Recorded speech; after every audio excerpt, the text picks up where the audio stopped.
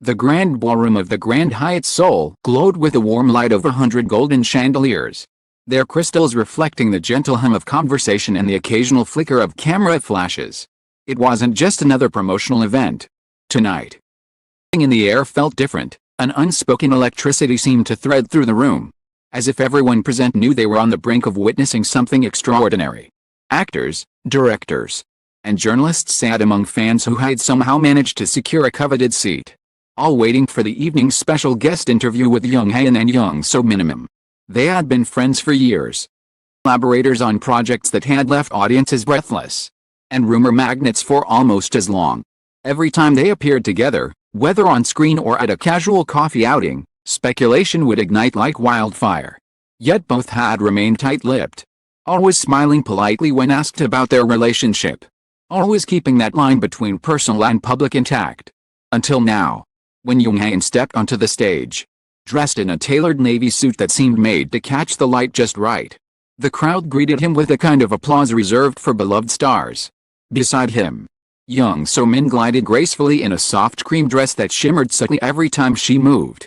Her hair fell in loose waves, framing a face that could shift from radiant joy to piercing vulnerability in the span of a heartbeat. They exchanged glances before sitting down across from the evening's host. And those glances, brief, almost imperceptible, were enough to make fans lean forward in their seats. For the first 20 minutes, the conversation was light, filled with anecdotes from their latest drama project, playful banter about on-set mishaps, and affectionate teasing that only fueled the whispers in the audience. But then, in a moment that felt almost too quiet to be real, the host turned the conversation toward the subject of the future. "Where do you see yourself in 5 years?" he asked casually, directing the question first to Hae-in.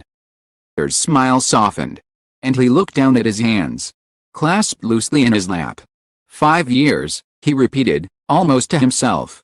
Then he lifted his gaze, and for a heartbeat, it seemed as if he wasn't looking at the host or the audience at all, he was looking only at her.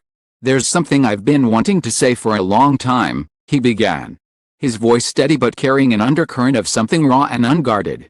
A hush fell over the room. The host leaned back in surprise. Even the sound of the camera's clicking seemed to slow. "I've thought about marriage," he continued, and his words seemed to vibrate in the stillness, and not in the abstract. "I've thought about marrying someone very specific." Gasps rippled through the crowd like the first drop of rain before a storm. Every eye turned to Jung So Min, who blinked rapidly, as if trying to process whether she'd heard him correctly. She opened her mouth slightly but didn't speak. Hae-in went on, the edges of his voice softening. "I've imagined a home, small, maybe in the outskirts of Seoul. A garden with roses because I know she loves them. A kitchen filled with the smell of a coffee in the mornings." And, he hesitated, as if choosing whether to take the final step, then did. "And a room for our children. Painted a pale yellow. 2 little beds." Laughter in the hallways. Somewhere in the audience, a muffled sob escaped. Even the most seasoned reporters could be seen lowering their cameras for a moment, caught off guard by the intimacy of the vision he was painting. This wasn't a publicity stunt. It was a man pulling back the curtain on his heart in real time. The host tried to interject, but Hae-in gently held up a hand. "I know this isn't how these things are usually said, but sometimes you realize that the perfect moment isn't something you wait for, it's something you make happen." He turned fully toward Jung So Minimum. "So Min, I've been thinking about a future with you for a long time. About building a family. Not just loving you in the present, but loving you in the years to come. With all the ordinary mornings and extraordinary days that will follow." The actress's lips trembled, and she lowered her gaze, as if the weight of his words was almost too much to meet head-on. Fingers twisted together in her lap, the only sign of the storm brewing inside her. The ballroom felt suspended in time. Guests forgot to breathe. Fans in the back clutched each other's hands. Hotel staff by the walls had stilled, eyes wide. When she finally looked up, her eyes glistened with unshed tears. She didn't speak. Not yet. Instead, she gave a small, almost involuntary shake of her head, whether in disbelief or to clear her thoughts, no one could tell. Hae-in's confession didn't end there.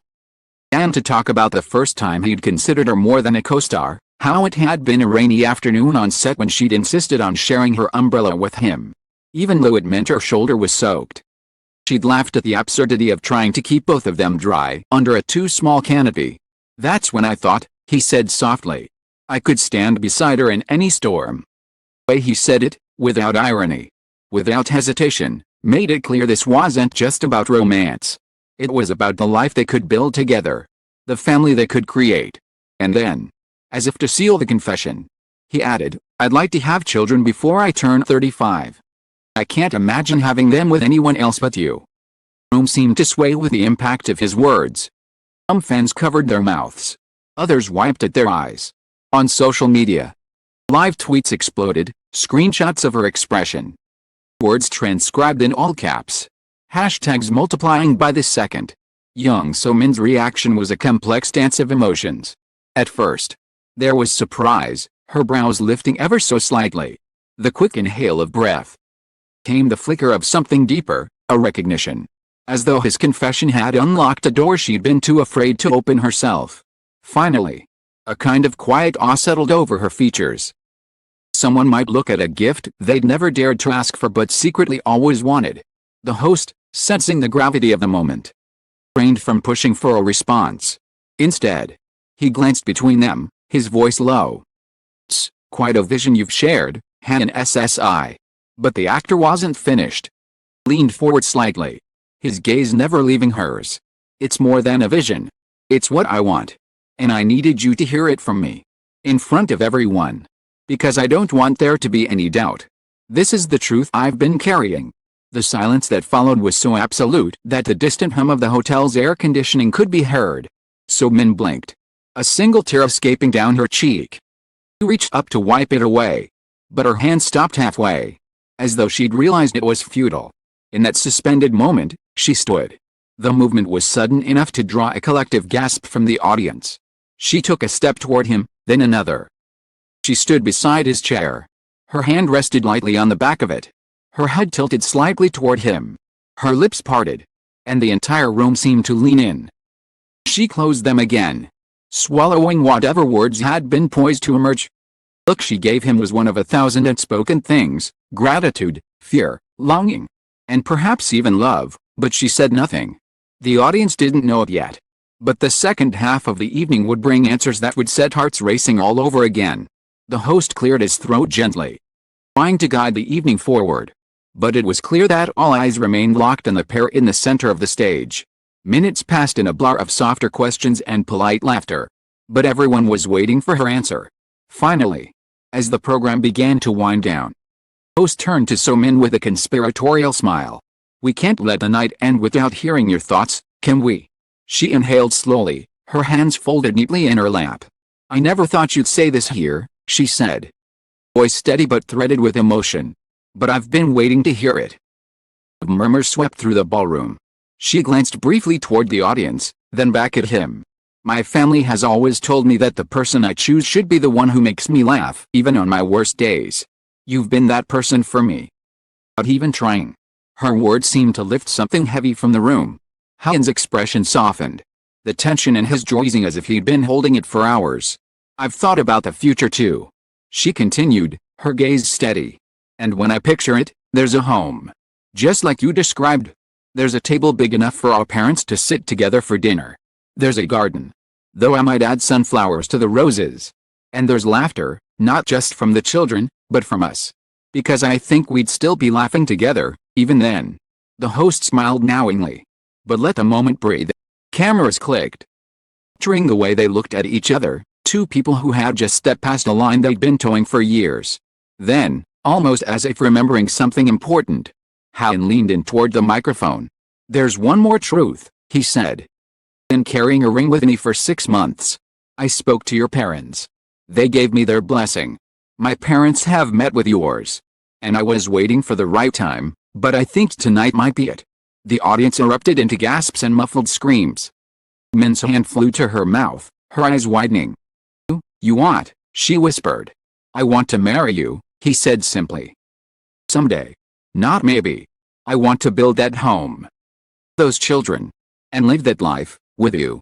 It was as though the air had been pulled from the room. Replaced by something heavier, sweeter.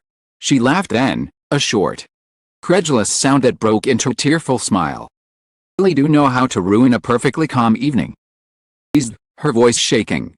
And you know how to make me wait longer than I should. He countered, his smile gentle. They didn't announce an engagement that night. There was no formal proposal. No ring slipped onto her finger before the crowd. Truth was out. And it was enough to set the internet ablaze. Within minutes, clips of his confession and her response had flooded every major platform, accompanied by hashtags like Handsome and Family Dream and The Confession. As the event ended, they left the stage together, hands brushing before finally intertwining. Outside, the Seoul night air was cool, carrying the scent of autumn leaves and city lights. They walked toward the waiting car, still talking quietly, the rest of the world watching but feeling, somehow, excluded from the intimacy of that moment. No one knew what their exact timeline would be. One thing was certain, the bold confession had changed everything. And in that change was the promise of something rare, a love story not just for the cameras, but for the life they would one day build together, brick by brick, laughter by laughter, under a roof they could call their own.